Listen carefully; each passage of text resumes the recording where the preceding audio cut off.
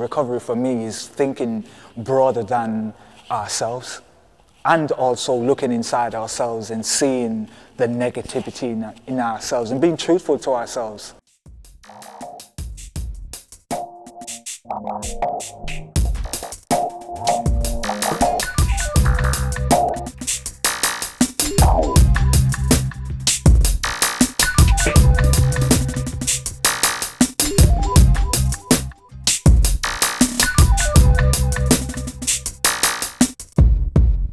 I'd gone to a user drop-in in Openshaw in Manchester, and in the middle of a conversation I was looking behind somebody's head and it had a poster on the wall and it just said recovery course, and I'd never in the history of any 25 years of psychiatric support has anybody mentioned the word recovery to me.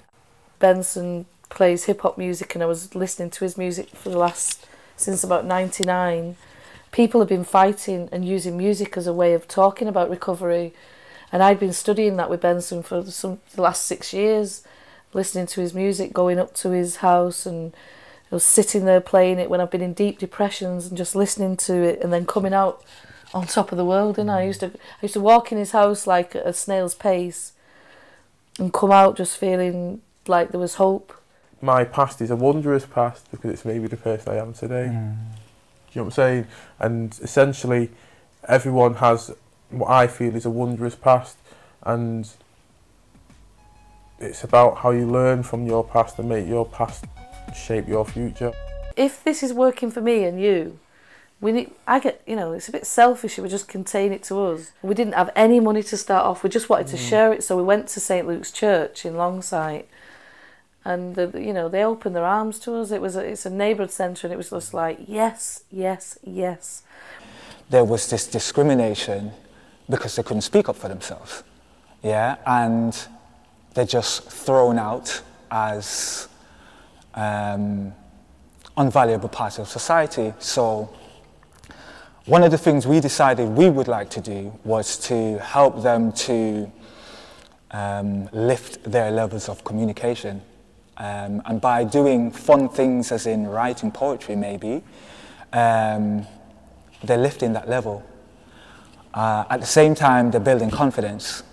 At the same time, it's bridging the community gap because then they're able to communicate with the different generation gaps.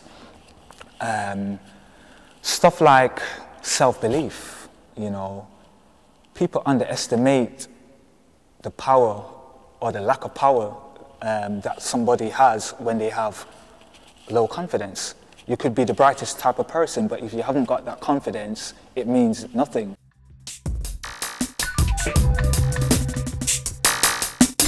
What recovery means to me is people taking back ownership of their own lives. For me, freedom is a part of recovery, equality is a part of recovery. Understanding is a part of recovery, love is a part of recovery. Most people who have experienced mental distress have been told the recovery isn't possible, and therefore they don't look for the recovery as a possibility at all. We have to think in terms of creating an environment in which it's safe to recover. For example, many mental health staff actually go into mental health work because they have their own mental health experiences. But if you ask mental health staff about having experiences, very few, if any of them, will actually tell you they have experiences. When people face difficulties, now I would say it should be a chance or a challenge for themselves to grow, not looking at it in a negative way, and if it's to do with somebody else, just putting forward blame outside of oneself, Yeah, there might be a point to say, yeah, this person was to blame, but that's not very progressive. One has to look in oneself and teach by one's own actions.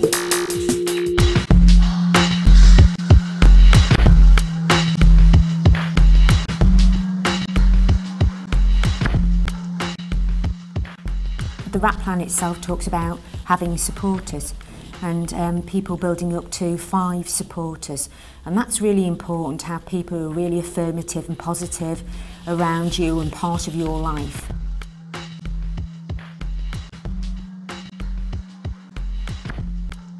some people in different parts of the country now are even trying to measure what we mean by hope, which is a difficult one. But it's absolutely crucial to people having a future.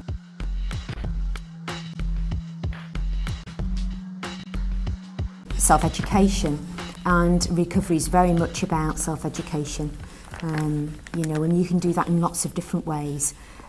Whether you're watching videos or reading, or whether you're on the web and the internet or whatever.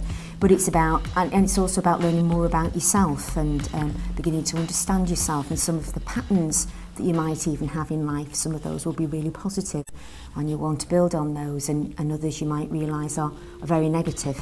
And you can do something once you recognise that.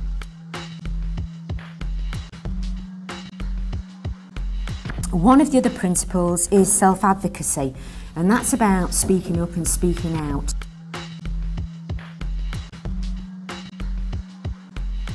Self-responsibility, that's probably the fifth principle, and that's about taking responsibility for yourself.